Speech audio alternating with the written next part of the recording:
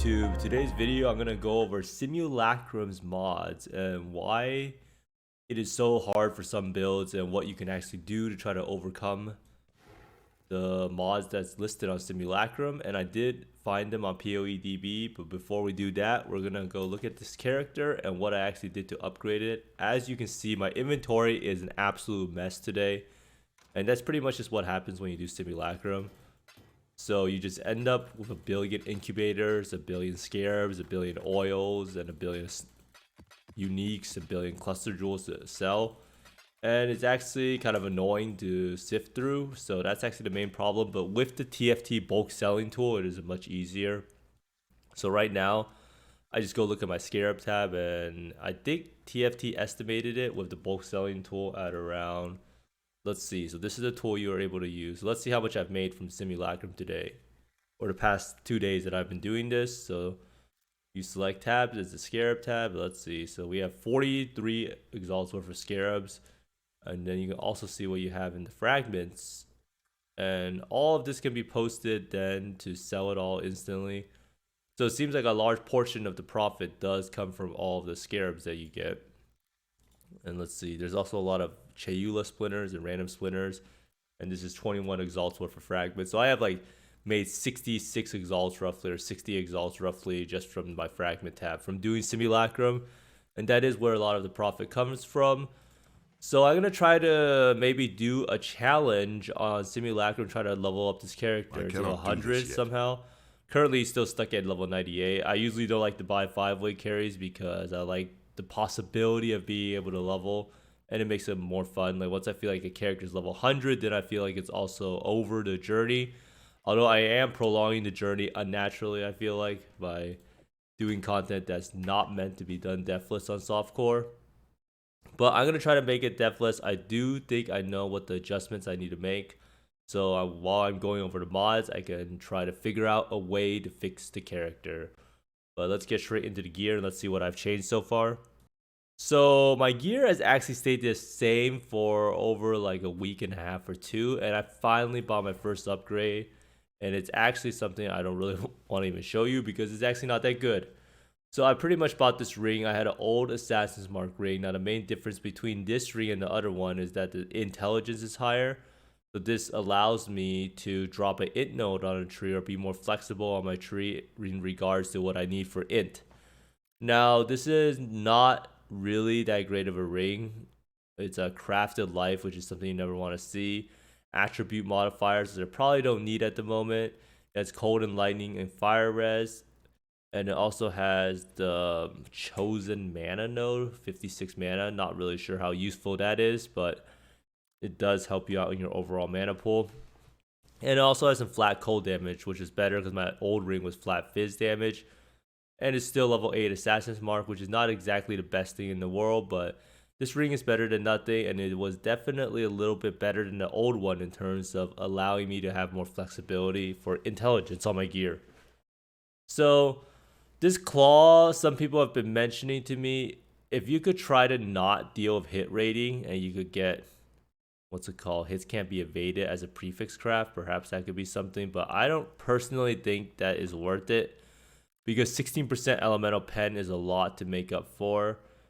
Although worrying about hit rating is really important, because hit rating is actually kind of a, like having to run a high level precision is a pretty big drain on our mana, and then you can't really, you could technically get accuracy on your helm, but that's pretty much impossible to hit an extra suffix, I feel like, or you would have to awaken orbit a lot. It's also doable on gloves as a pretty high accuracy roll. And theoretically, you could even get accuracy on the claw as one of the rolls. So there are a lot of avenues to get accuracy, and I do think that it's easier to get accuracy elsewhere than to rely on hits can't be evaded, as it's really hard to get 16% pen. Now, I've been pretty lazy. I should definitely probably try to give my headhunter off to someone with Wither -% all res. 6% all res is kind of a lot. And in terms of doing Simulacrum, I do think that I might want to change this enchant over to 10% pen if you haven't killed recently. Although it's kind of a wash, because sometimes with this enchant, you do so much more damage that you're able to pretty much instantly kill Kostis and Omniphobia pretty easily. So this enchant is kind of a hit or miss regarding whether you are fighting it at the same time and you're instantly able to kill it while you're killing mobs, or if you just break it and then you have to run in. I would say maybe use a boot swap, but that seems kind of severe. So for these gloves, I kind of really want to get culling. It's kind of annoying having to depend on the totems up to have culling, and it will also save a gem slot. Now, in order to get culling, it's probably a pretty expensive craft, and it's probably more likely that I just buy a pair with culling for like 50, 60, 70x or however much it may cost. Because culling is a pretty low weighting, it's like 250 or something. So even if you do reforged key prefixes, you might not see that for like 100 plus reforges. And even then, you might not get a good mod on it on top. I will definitely try to get a better pair of gloves and to craft it better. And I want to really get the Ashling Unveiled suffix with elemental damage after you crit. And that should be a pretty big damage boost. But this makes me have to go on TFT to go get Harvest with Reforged Key prefixes. And I don't really know if I want to get my gloves stolen yet. So we'll see what happens, right? The Blizzard Crown. This helm is something that I kind of regret crafting at the moment. The helm I kind of want to end up crafting is elevated nearby enemies take 9% increased elemental damage and an elevated RMR or mana reservation efficiency, whatever you want to call it nowadays. The reason I want to do reservation efficiency is because I feel like I can fit in another aura, whether it is purity of elements, whether it's hatred, whether it's wrath, whether it is grace even, or anything I want to fit in, right?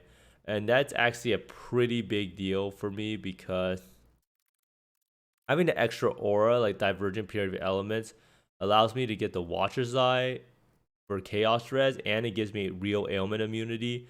And real ailment immunity means that brings ourselves one step closer to being a raider. So you could technically drop the soul of the Brine King and use a completely different Pantheon, which is actually a pretty big deal. You don't even need this, and you can use reduce chaos damage taken.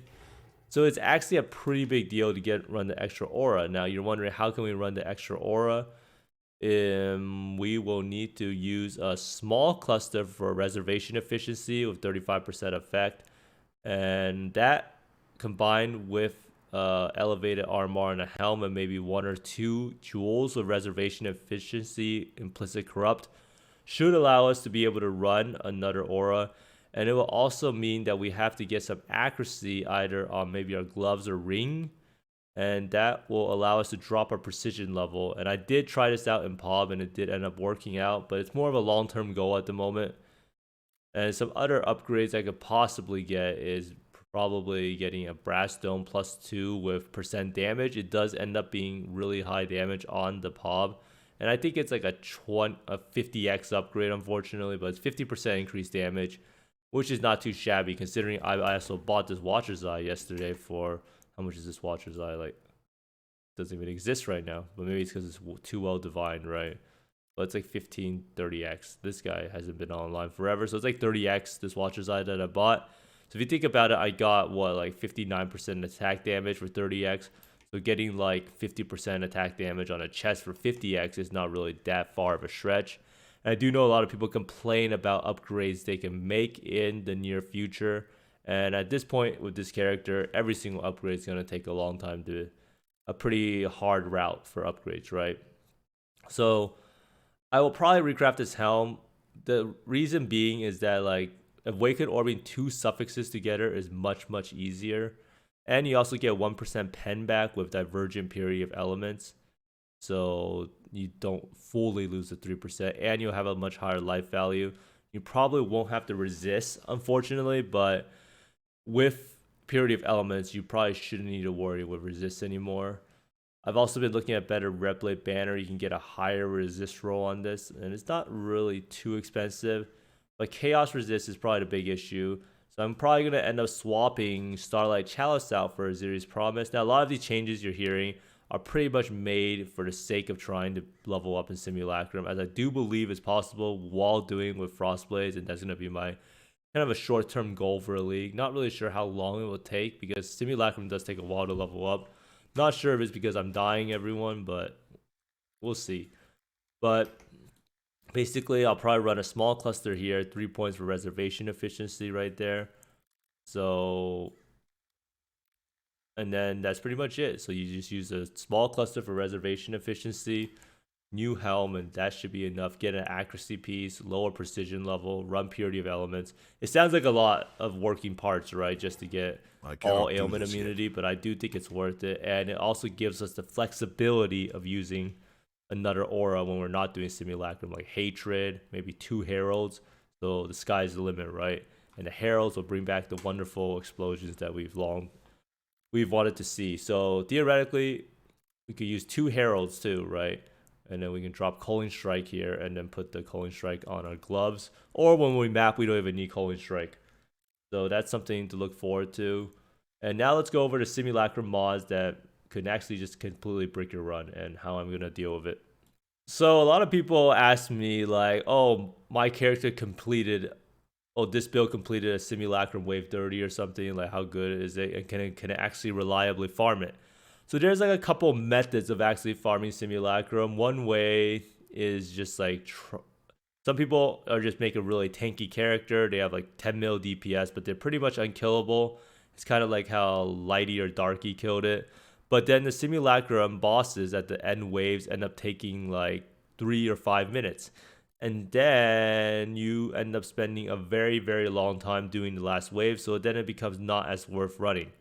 So obviously, if you're in softcore, you need to tread the fine line between damage and defense, because dying too often is also not very good, because you could just break your run if you get an unlucky set of mods. Now, a lot of people, when they record their video, they never account for a worst case scenario, or like people never think about the worst case scenario. So the worst case scenario, if you're playing like a crit build with 1 damage type, you can get completely screwed over. And the reason being is that you can see, first off all, there's these monster life mods, 36 to 40% more monster life. And then there is also a reduced critical one. So then this one here at the highest level is monsters take 35% reduced extra damage from critical strikes. And then there's also the cold res one. So one time I did a Simulacrum wave, and I was literally feel like I was doing like 10% of my real damage, right? Because you can get 80% monster cold resist. You can also get reduced 35% extra damage from critical strikes. And then you can also get 40% more monster life. At that point, the monster probably has like 10 times the effective HP against you, because you're literally doing like tiny amounts of damage to it. So that's why if your build doesn't have some sort resemblance of tankiness and it just gets one-shotted really easily, then it'll probably be very, very hard to do every single Simulacrum. Well, also, if you don't have the damage for it, like say you only have 10 million DPS, and then these 3 monster life mods, because your damage is a certain element and you crit, it brings you down to like 1 million or 500k DPS. It literally be standing there fighting Kostas or Omniphobia for like 15-20 minutes, right? And then that just makes Simulacrum completely not worth farming. Ideally, you should be aiming to finish Simulacrum within like 25 minutes or so.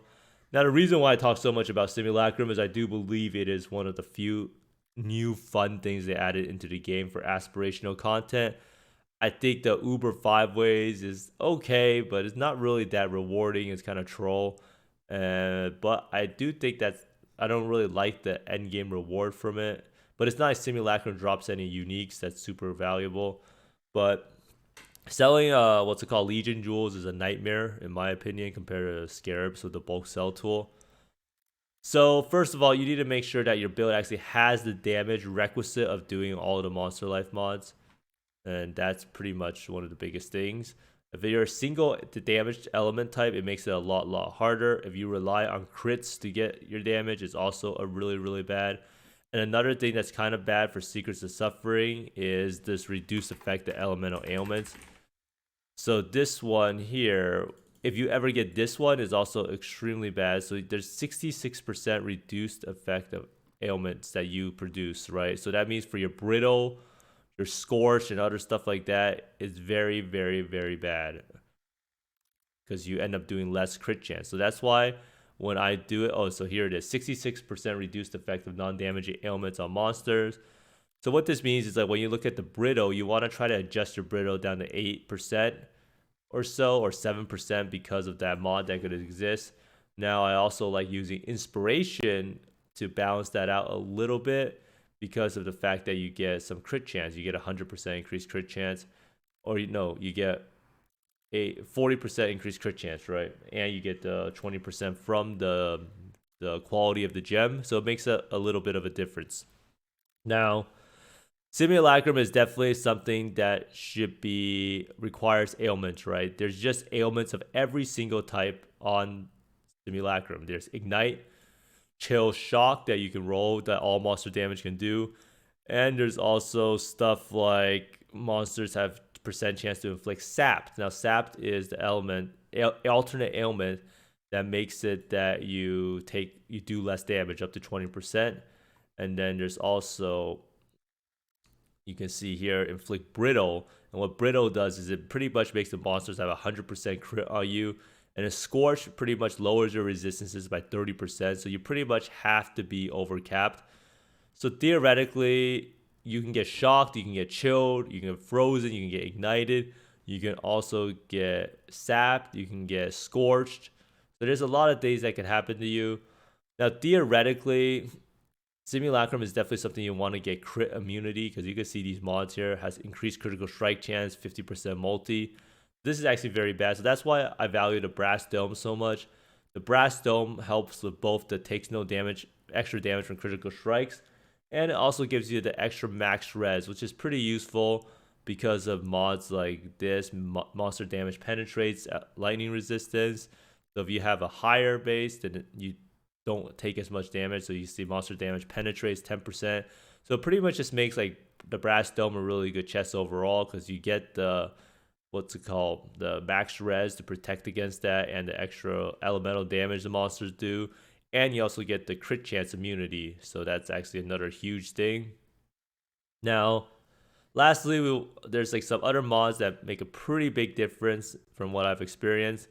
And what they are is this mod right here. This mod is actually pretty common. I don't know why it's so common, but these mods right here are absolute killers of builds. Monsters deal 25 to 30% extra fizz as chaos. And this one here, now this is a really bad mod for Forbidden Rite or Toxic Rain. But the monsters deal 40% extra fizz damage as chaos. Pretty much means that your character is going to get one-shotted anytime that mod pops up with negative % chaos res. If you think about it, if you have like negative 100% chaos res, I think you take like those. If you have 100 chaos damage hit, you take 200.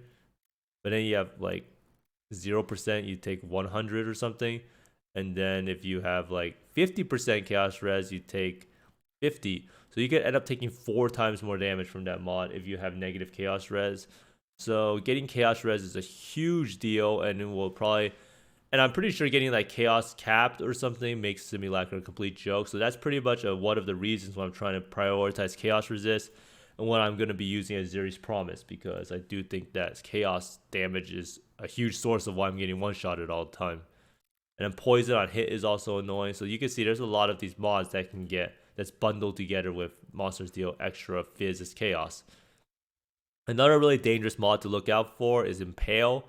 Impale pretty much means that it ignores your physical damage reduction. So you can have all the armor in the world and you'll still take massive amounts of damage. The way you can counteract that is you can technically take this no, you cannot be Impale. You will notice whenever you get the Impale mod, it is actually extremely, extremely dangerous. And one last thing, 3 additional projectiles is really bad for Kosis and pretty much any of the boss, because you can get shotgunned by his projectiles that explode on the wall. So make sure not to stand near a wall for that, and be very vigilant of when he casts his attack. So overall, after going over all these mods of Simulacrum, I can definitely see what you need to do to defeat it. And some of the things is to get enough damage to overcome any set of mods in terms of monster life and reduce crit. And then also some chaos res goes a long way because of that mod. Max res also helps out a lot, and ailment immunity. And with those things in mind, you should be able to take it down deathless every time. But the biggest problem for most builds will always be the DPS check of getting this but you could finish it. But in order to do it profitably every time, the DPS is definitely the most important part. Or you will just have to end before wave 25 and call it a day, and it's still profitable even at that margin. So I'm going to showcase a little, what's it called, wave 30 with Awakened Chain. And Awakened Chain is pretty cool. It has a pretty high cap in getting 6 rewards, but I said do this gem swap real fast for the waves, depending. And Awakened Chain is nice, but does cut down the damage a lot. You get 96,000 tooltip, and with this, it's 145,000. There's like a 50% DPS loss, roughly. But anyhow, let's see what it looks like.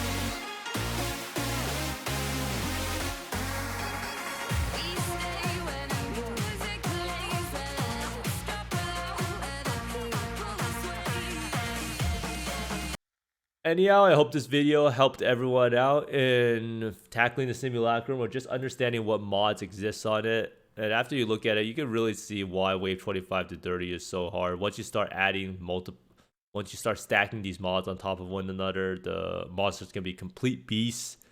So, like I believe in softcore, I do think that damage is the most important thing if you want to farm Simulacrum. Once you get above the 50 mil DPS threshold, Simulacrum will be a lot easier, and with Headhunter buffs, there's a lot of times at 50 mil DPS you can pretty much just instantly kill Kostas and Omniphobia before anything even happens.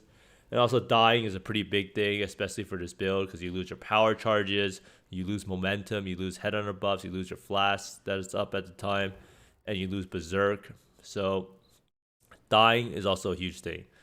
So hopefully this helps out everyone, but thanks for watching. I hope you find more mirrors, mage bloods, and exalts than me, and see you next time.